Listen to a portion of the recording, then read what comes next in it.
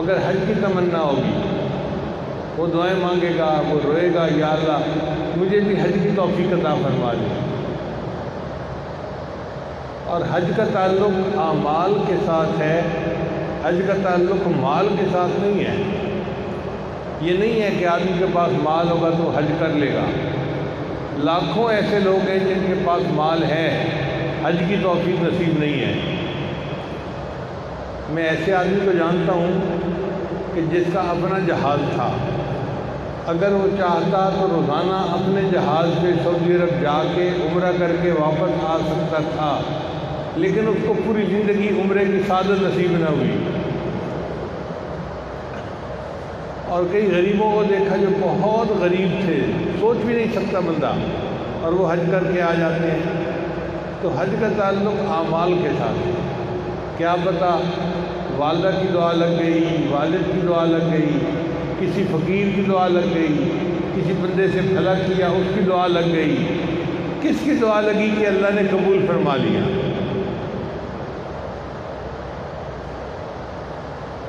جامعہ شرفیہ کے شیخ العزیز سے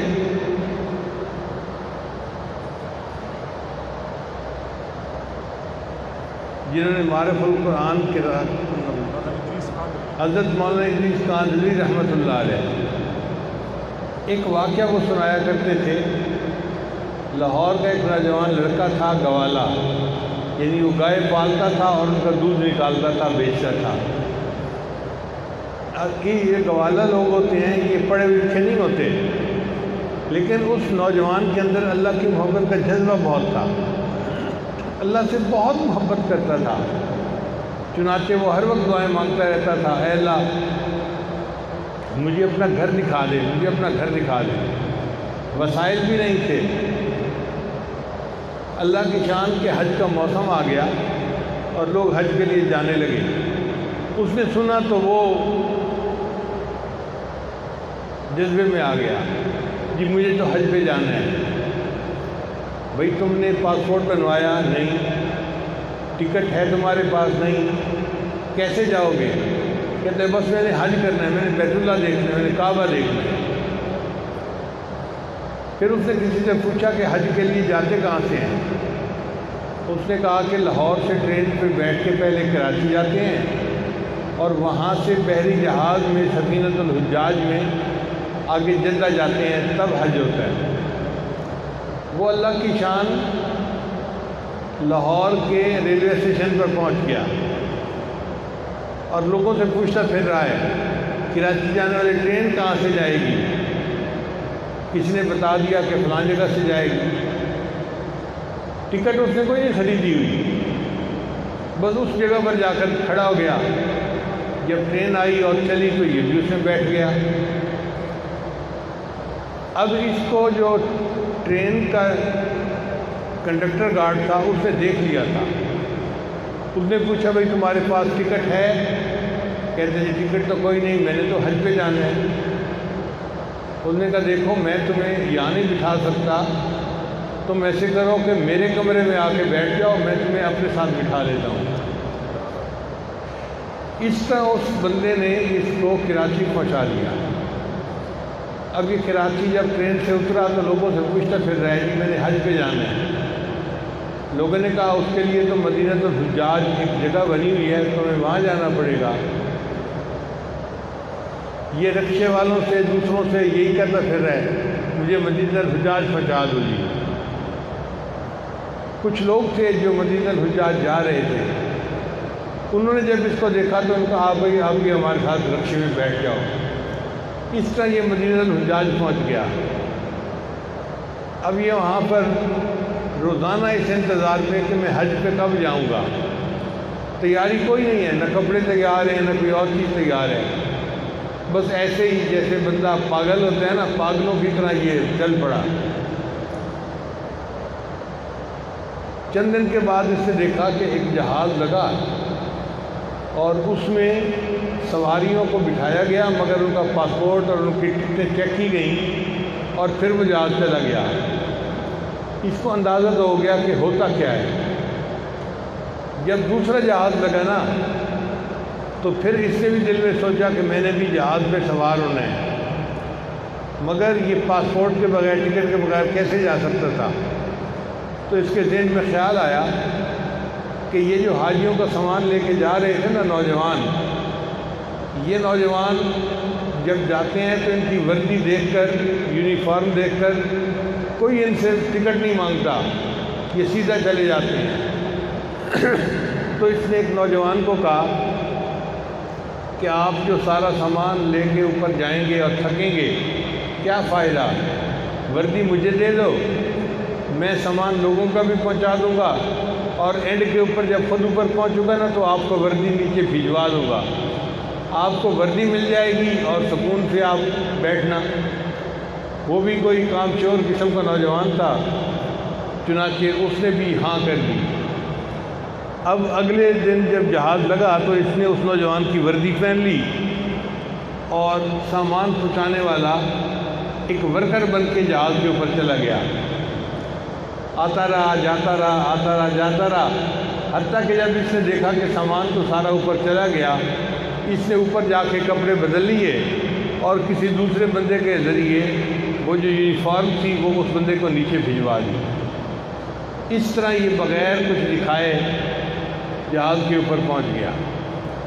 اب جہاز میں تو اتنے ہزاروں لوگ ہوتے ہیں کہ دیکھنے سے تو پتہ نہیں چلتا کون حاجی ہے اور کون حاجی نہیں ہے۔ چنانچہ یہ کبھی ادھر بیٹھتا، کبھی ادھر بیٹھتا، کبھی اس کمرے میں، کبھی اس کمرے میں، اور جہاز چلتا رہا چلتا رہا۔ کوئی 10-15 دن لگتے ہیں جدہ پہنچنے میں۔ 10-15 دن کے بعد لوگوں نے بتایا کہ جی اب جدہ آنے والا ہے۔ اس کا ایک دوست بن گیا تھا، اس نے اپنے دوست سے کہا کہ مجھے بتا دینا کہ جدہ جہاز کب لگا ہے۔ اس نے کہا بہت اچھا، میں بتا دوں گا۔ لو جی، ایک دن آیا، رات کے وقت جہاز جدہ پورٹ کے اوپر لگ گیا، ساحل کے اوپر۔ اس کے دوست نے اسے بتایا کہ بھئی جہاز تو لگ گیا ہے جدہ میں، سامنے عمارت نظر آ رہی تھی، پورٹ نظر آ رہی تھی۔ لو جی، یہ نوجوان جہاز کے اوپر عرشے پہ چڑھا اور وہاں سے اس نے سمندر کے اندر چھلانگ لگا دی۔ اب دوسرا دوست جو ہے وہ یہ سمجھا تھا کہ شاید یہ تیراکی جانتا ہوگا اور یہ تیر لے گا، اس کو تو تیراکی آتی نہیں تھی۔ 2-4 اس نے ڈبکیاں کھائیں اور ہاتھ مارتا رہا۔ اللہ کی شان دیکھیں کہ یہ کسی نہ کسی طرح ساحل قریب تھا تو ساحل کے ساتھ جا کے لگ گیا۔ اب جب لگ گیا تو یہ ساحل سے باہر نکلا، سمندر سے باہر نکلا، اس کے منہ میں بھی پانی چلا گیا تھا اور نیند بیہوشی کی سی حالت تھی۔ یہ وہاں بے سدھ پڑا رہا۔ کوئی 3-4 گھنٹے کے بعد پھر اس کو محسوس ہوا کہ میں تو اب ہوش میں ہوں۔ اب یہ سوچ میں تھا کہ پورٹ کے اوپر تو دفتر بنا ہوتا ہے، وہ لوگ پاسپورٹ مانگیں گے، ٹکٹ مانگیں گے اور پھر جانے دیں گے، میرے پاس تو کچھ ہے نہیں، تو میں کیسے چلوں؟ اس نے کہا چلو میں دیکھتا ہوں یہ پورٹ کیسے بنی ہوئی ہے۔ یہ اٹھا اور اکیلا وہ جو دفتر تھے ان کو دیکھنے لگ گیا۔ اب پورٹ کے بالکل ساتھ جو پورٹ کا آفیسر تھا نا، Jeddah airport, Jeddah sea port کا، اس کا گھر تھا، اور جس طرف یہ تھا اس طرف ایک گرل لگی ہوئی تھی، لوہے کی، دیوار نہیں بنی ہوئی تھی، تو نظر آتا تھا کہ صحن میں کیا ہو رہا ہے۔ یہ وہاں گیا تو اس نے عجیب منظر دیکھا۔ 2 بندے تھے، وہ ایک گائے کا دودھ نکالنا چاہتے تھے، مگر ان کو گائے کا دودھ نکالنے کی ٹریننگ نہیں تھی، تو گائے ان کو دودھ نکالنے نہیں دیتی تھی۔ چنانچہ تماشا بنا ہوا تھا، وہ دودھ کے لیے ہاتھ لگاتا، گائے لات مارتی، کبھی ادھر ہو جاتی کبھی ادھر ہو جاتی، اور دونوں لوگ بڑے تنگ تھے۔ اس زمانے میں ابھی ڈبے کے دودھ نہیں ہوتے تھے جو لے کے بچے کو مائیں پلا دیتی ہیں، تو مائیں اپنا دودھ پلاتی تھیں یا پھر گائے کا دودھ پلاتی تھیں۔ وہ آفیسر صاحب کا ایک بچہ تھا جس کو ماں کا دودھ کم پڑتا تھا تو گائے کے دودھ کی ضرورت ہوتی تھی، اس کے لیے اس نے گائے پالی ہوئی تھی، مگر چونکہ لوگوں کو گائے پالنے کا تجربہ نہیں تھا تو وہ گائے کا دودھ نکال نہیں سکتے تھے۔ اب یہ تھوڑی دیر یہ تماشا دیکھتا رہا، پھر اس نے وہ گریل جو تھی اس کو کھٹکھٹایا اور ان کو کر کے ایسے کیا کہ مجھے آتا ہے دودھ نکالنا، میں نکال دیتا ہوں۔ انہوں نے آ کے پوچھا قریب کہ بھئی کیا کہہ رہے ہیں؟ اس نے کہا کہ مجھے دودھ نکالنا آتا ہے، مجھے یہاں سے اس طرف لے جاؤ، میں نکال دوں گا۔ اب وہ جو بندے تھے وہ تو پہلے گائے کا دودھ نکالنے سے تنگ تھے۔ انہوں نے افسر کی بیگم کو بتایا کہ جی ایک مسافر ہے، کہتے ہیں کہ مجھے ادھر لے آؤ تو میں دودھ نکال دوں گا، مجھے طریقہ آتا ہے۔ اس نے کہا ٹھیک ہے۔ اس نے اپنے ہسبینڈ سے بات کی کہ جی اس کے کاغذات بعد میں چیک کرتے ہیں نا، بندے کو تو یہاں بلائیں نا۔ اس نے چابی دے دی، لو ایک بندہ گیا، اس نے دروازہ کھولا اور اس کو لے کے وہاں پہنچ گیا۔ اب یہ تو تجربہ کار بندہ تھا، اس نے جا کے پہلے گائے کو نا تھپکی دی، تو اس کی تھپکی سے گائے سمجھ گئی کہ یہ تجربہ کار بندہ ہے، تو وہ آرام سے ایک جگہ کھڑی ہو گئی۔ وہ گلاس میں دودھ نکال رہے تھے کیونکہ انہوں نے تھوڑا سا دودھ نکالنا تھا، اس نے ان کو کہا کہ بڑا برتن لے کے آؤ۔ چنانچہ وہ بڑا برتن لے کے آئے اور اس سے بیٹھ کے نا دونوں ہاتھوں سے گائے کا دودھ نکال دیا۔ اب وہ دودھ تو تھا کوئی 5-6 کلو۔ اس دودھ کو دیکھ کے تو سارے لوگ بھی حیران، اور گھر کی عورت تو بہت ہی حیران ہو گئی، اچھا گائے اتنا دودھ دیتی تھی؟ ہمیں تو 1 پاؤ آدھا پاؤ ملتا تھا جو بچہ مشکل سے پیتا تھا اور تنگ ہوتے تھے ہم۔ چنانچہ عورت بڑی خوش کہ میرے بچے کے دودھ کا مسئلہ حل ہو گیا۔ اس کا باپ رہتا تھا مکہ مکرمہ، اور وہاں اس نے بھی کچھ گائے پالی ہوئی تھی، مگر دودھ نکالنے کا مسئلہ تھا اس کو بھی، تو وہ بھی بیٹی کو بتاتا رہتا تھا کہ گائے تو رکھی ہوئی ہیں، کھانا بھی ہم دیتے ہیں، لیکن گائے دودھ نہیں دیتی، تھوڑا تھوڑا دیتی ہے، گلاس میں نکالتے ہیں۔ اس نے ابو کو بتایا کہ ابو ہمارا تو مسئلہ حل ہو گیا ہے، ایک مسافر آ گیا ہے اور اس نے میرے گائے کا دودھ نکالا، اور گائے نے تو 6 کلو دودھ دیا۔ چھوٹے نے کیا، ہم نے بڑوں نے بھی پیا اور دودھ ختم نہیں ہوا۔ اس نے کہا بیٹا آپ ایسا کرو کہ اس بندے کو میرے پاس بھیج دو، میں اسے رکھوں گا، تنخواہ بھی دوں گا اور تمہارے لیے کوئی اور بندوبست کر دیں گے۔ چنانچہ اس مکہ والے بندے نے گاڑی بھیجی اور یہ بندہ گاڑی میں بیٹھ کے جدہ سے مکہ مکرمہ پہنچ گیا۔ اب جب مالک کو ملا تو مالک نے کہا بھائی میری اتنی گائے ہیں، ان کا دودھ نکالنا ہے۔ یہ اس کو کہے کہ مجھے تو حج کرنا ہے۔ وہ کہے اچھا بھائی تجھے حج میں کروا دوں گا، لیکن تو میرا کام تو کر۔ اس نے کہا جی جو کام ہے بتائیں میں کروں گا، لیکن مجھے حج کرنا ہے، مجھے بیت اللہ دیکھنا ہے۔ وہ بھی سمجھ گیا کہ یہ کوئی دیوانہ قسم کا نوجوان ہے، اور اس کے دماغ میں بس یہ بات بیٹھ گئی ہے کہ مجھے اللہ کا گھر دیکھنا ہے، کسی قیمت پہ بھی ہو اللہ کا گھر دیکھنا ہے ہمیں۔ چنانچہ اس نے اس کو ایک اچھا گھر دیا، اور چند دن دیکھا تو اس کی گایوں نے تو بہت اچھا دودھ دینا شروع کر دیا۔ اس نے یہ فیصلہ کیا کہ اب اس لڑکے کو میں نے واپس نہیں جانے دینا۔ اس نے اس کو کہا کہ دیکھو بھائی آپ یہاں آئے ہیں، آپ کو میں حج بھی کرواؤں گا، اللہ کا گھر بھی دکھاؤں گا، مگر میں چاہتا ہوں کہ حج کے بعد بھی آپ یہیں پہ رہیں۔ نوجوان نے کہا میں کیسے رہ سکتا ہوں، میرے بیوی بچے تو پیچھے لاہور میں ہیں۔ اس نے کہا کوئی فکر کی بات نہیں، ہم تمہارے بیوی بچوں کو بھی منگا لیتے ہیں۔ چنانچہ اس بندے نے نا اپنے داماد کو فون کیا جو پورٹ پہ تھا کہ جہاز نے تو ایک دفعہ پھر آنا ہے، تو یہ ایڈریس ہے، یہ نام ہے، ان لوگوں کو بھی آپ اپنے پاس بلوا لیں۔ اللہ کی شان دیکھیں جی، اس کی بیوی اور اس کے بچے بھی حج کے لیے وہاں پہنچ گئے۔ اس کا وہ دوست جس نے بتایا تھا کہ جدہ آ گیا ہے، وہ بڑا افسردہ تھا، چونکہ اس نے بعد میں اس کو دیکھا نہیں کہ میں نے اس کو کیوں بتایا کہ ساحل آ گیا ہے۔ اس نے تو سمندر میں چھلانگ لگا دی، پتہ نہیں بچا بھی کہ نہیں بچا۔ ایک دن حرم میں نماز پڑھ کے جا رہا تھا تو اس نے نا اسی لڑکے کو دیکھا، گوالے کو دیکھا، وہ نماز پڑھ کے جا رہا ہے۔ اس نے اس کو روکا، تو وہی نہیں ہے جو ہمارے ساتھ آیا تھا جہاز پہ؟ کہنے لگا ہاں وہی ہوں۔ اور تو نے سمندر میں چھلانگ لگائی تھی؟ کہتے ہیں ہاں میں نے سمندر میں چھلانگ لگائی تھی۔ کہتے ہیں کہ پھر تیرے ساتھ کیا ہوا، تو مجھے تفصیل بتا۔ یہ کہتے ہیں میرے ساتھ آؤ، پھر میں تفصیل بتاتا ہوں۔ چنانچہ وہ اس کے ساتھ گیا تو حرم کے باہر ایک بالکل نئی گاڑی کھڑی ہوئی تھی، یہ اس کے پیچھے بیٹھ گئے دونوں اور آپس میں باتیں کرنے لگے۔ تو گوالا نے بتایا کہ میرا مالک جو ہے وہ کوئی امیر آدمی ہے مکہ مکرمہ کا، اس کی 15-20 گائے ہیں، اس کا دودھ نکالنا ہوتا ہے، میرا صرف یہی کام ہے، اور میرا کام اس کو بہت پسند آ گیا ہے، اور اس نے میرے بیوی بچوں کو بھی منگوا لیا ہے، اور مجھے رہنے کے لیے ایک مکان بھی اس نے دیا ہے، اور آج صبح اس نے مجھے کہا ہے کہ یہ جو گاڑی مجھے حرم لاتی لے جاتی ہے نا، یہ گاڑی بھی میری ہے۔ اللہ نے گاڑی بھی دے دی، مکان بھی دے دیا، بیوی بچوں کو بھی پہنچا دیا، اور اس گوالے کو اللہ نے اپنا گھر دکھا دیا۔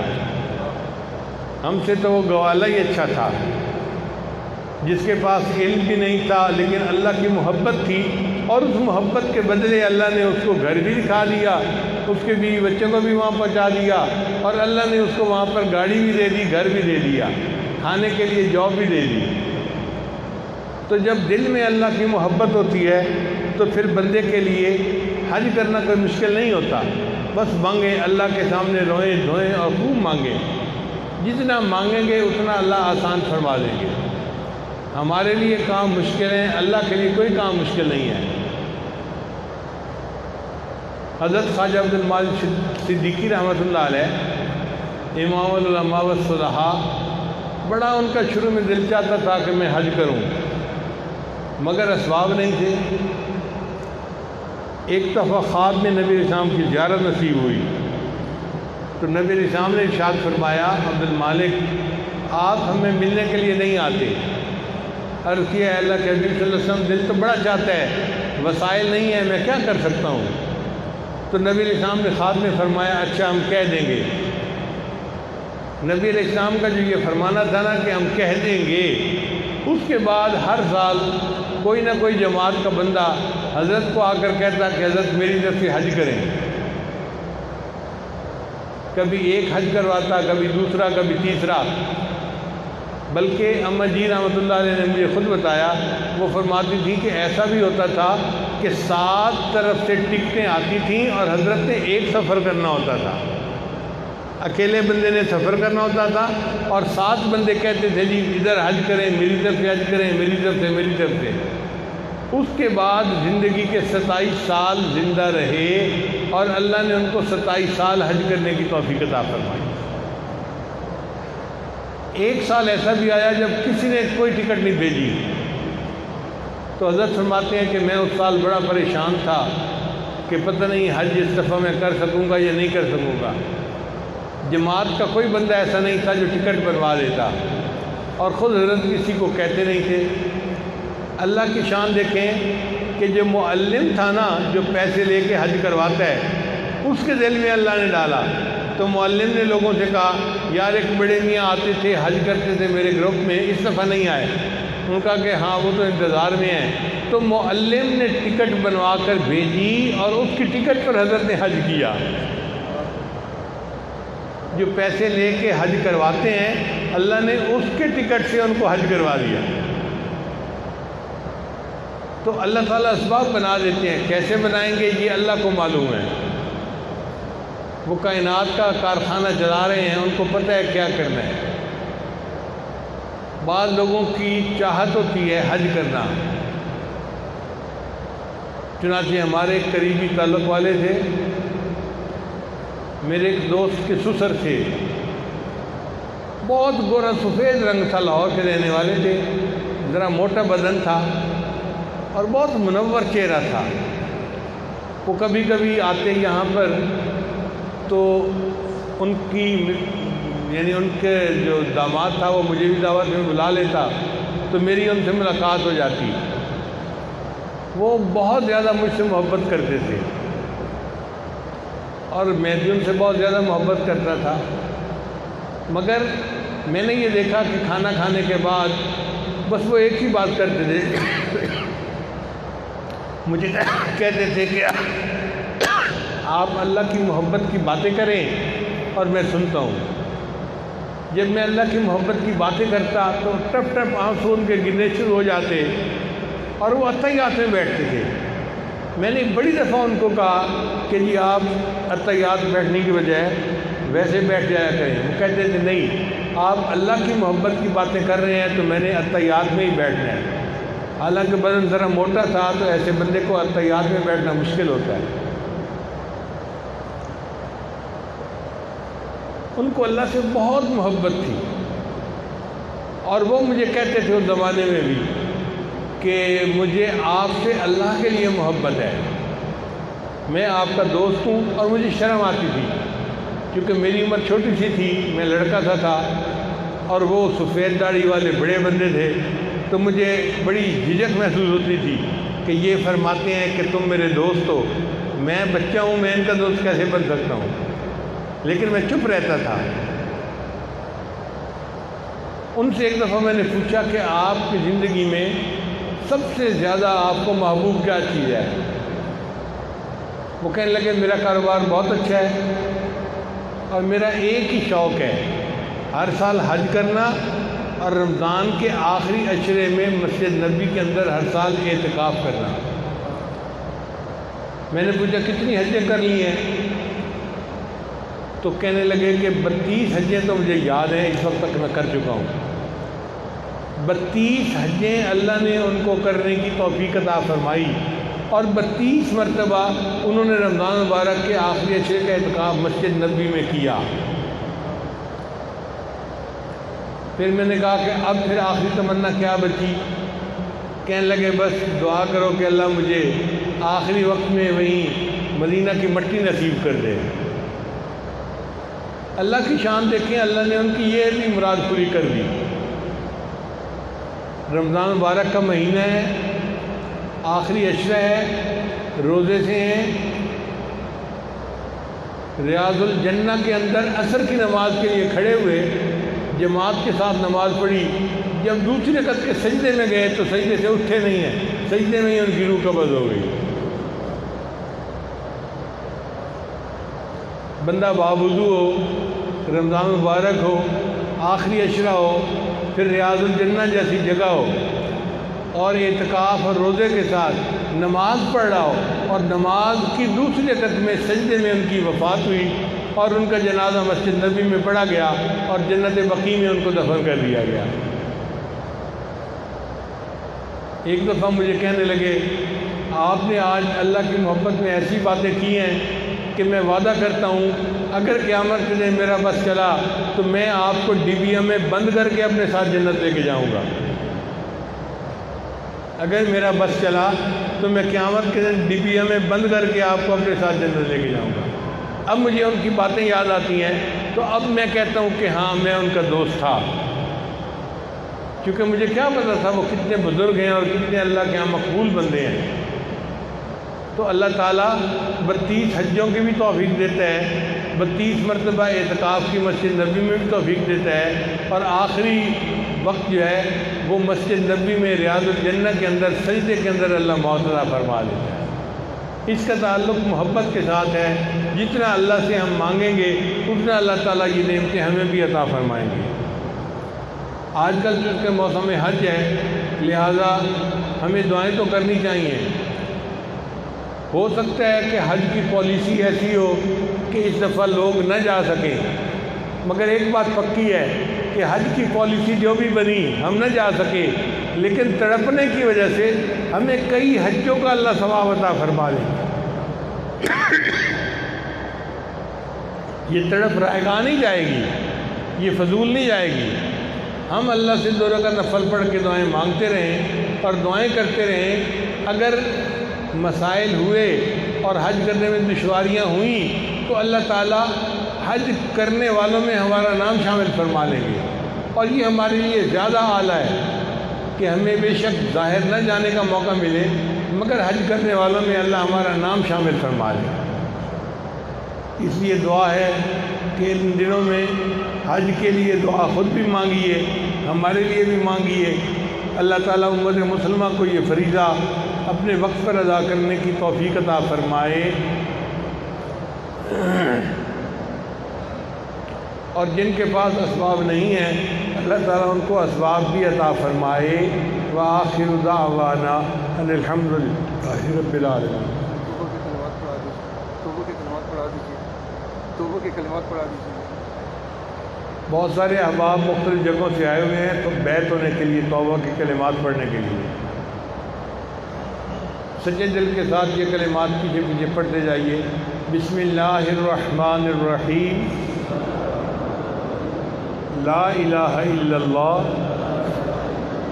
محمد الرسول اللہ، آمنت باللہ وملائکتہ وکتبہ ورسلہ والیوم الآخر والقدر خیرہ وشرہ من اللہ تعالی والبعث بعد الموت، آمنت باللہ کما ہوا باسمائہ وصفاتہ وقبلت جمیع احکامہ اقرار باللسان